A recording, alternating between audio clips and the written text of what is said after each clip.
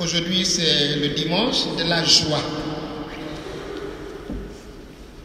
Soyez dans la joie. Le Seigneur est proche. Nous avons aussi la chance d'avoir les jeunes, d'animer la messe. Merci beaucoup. Nous sommes fiers de vous. Jubilez, criez de joie. C'est un commandement que nous recevons aujourd'hui. Le commandement de la joie. Ce commandement revient dans chacune des lectures de ces jours.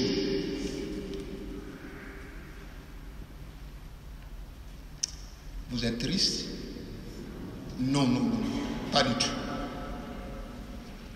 Nous sommes le peuple de la joie, malgré les difficultés dans la vie.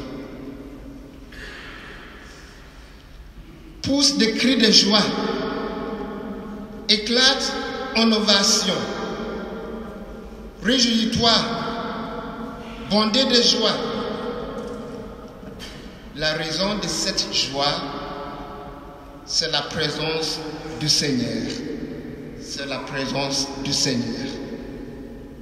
Avec lui, c'est la bonne nouvelle qui s'accomplit. C'est la disparition du malheur, la disparition des accusateurs, la disparition des ennemis. Désormais, c'est Dieu qui gouvernera le pays.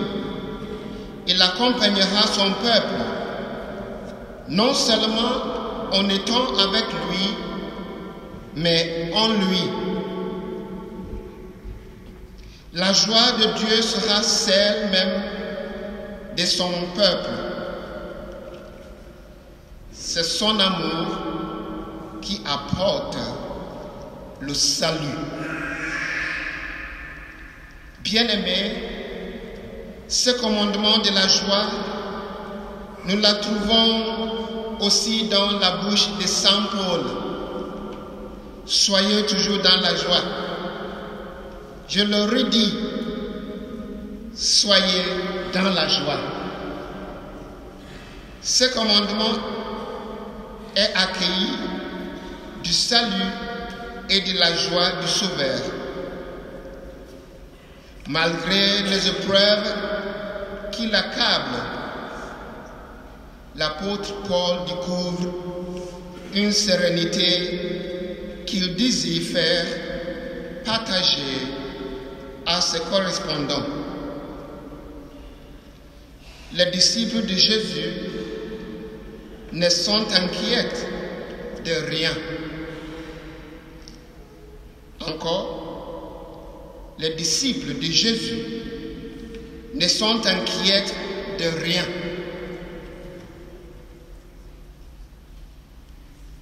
Bien sûr, il n'a pas de question de naïveté. Les épreuves sont bien là. Mais rien ne peut nous séparer de l'amour qui est en Dieu. Rien ne peut nous séparer de l'amour qui est en Dieu. Nous pouvons toujours lui confier notre demande, nos supplications. Dieu peut nous apporter la paix et la joie. Nous sommes tous invités à accueillir ce message d'espérance avec un cœur plein de foi. Cela ne sera possible que si nous sommes ouverts à cette joie que Dieu veut nous donner. Dans l'évangile de ce jour, nous entendons Jean-Baptiste qui annonce au peuple la bonne nouvelle. À travers de l'évangile, il nous montre le chemin de la véritable joie.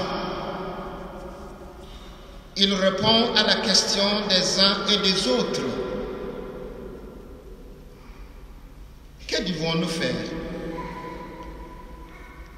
Les belles intentions et les belles paroles, ça ne suffit pas.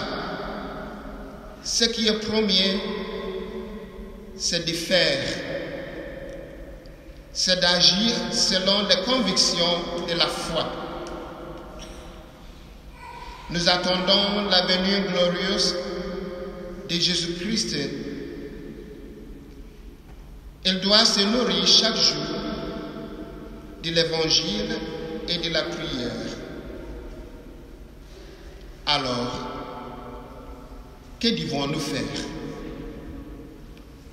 Voilà une question de la plus haute importance que les gens posaient à Jean-Baptiste au bord du Jourdain. Cette question, nous la retrouvons à plusieurs endroits dans le Nouveau Testament.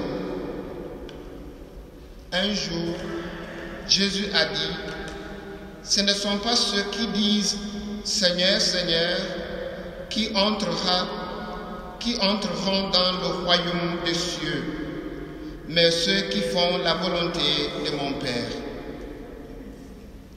Après la Pentecôte, les foules poseront la même question à Pierre. Que devons-nous faire?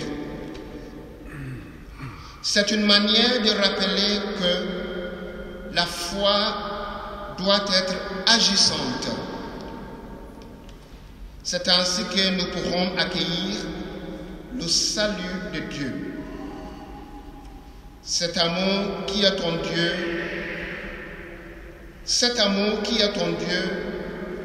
deviendra pour nous source jaillissante de paix et de joie. Comme les foules d'autrefois, nous devons nous aussi nous poser la même question. Que devons-nous faire? Jean-Baptiste ne nous demande pas des choses extraordinaires. La vraie conversion commence par le partage. Le respect des autres, en particulier les plus pauvres. Nous ne pourrons être dans la joie du Christ qu'en la donnant aux autres, en particulier à ceux et celles qui sont éprouvés par la précarité, la maladie, la solitude. C'est ainsi que nous préparons le chemin du Seigneur dans notre vie, notre paroisse et notre monde. Dans quelques jours, nous fêterons la naissance de Christ Sauveur. Le même Christ continue à vouloir venir en nous. Il frappe à notre porte et il attend notre réponse. Il compte sur nous. Préparer le chemin du Seigneur, c'est donner un témoignage de paix, de dialogue, d'écoute, de patience et de réconciliation. Cela suppose une véritable conversion de nous-mêmes, un ajustement à ce Dieu qui est amour. Par l'Eucharistie, le Seigneur nous donne la nourriture qu'il nous faut pour cette mission. Nous venons nous nourrir et nous imprégner de cet amour et de cette joie qui veut nous communiquer. Soyez dans la joie. Soyez toujours dans la joie. Le Seigneur est avec nous.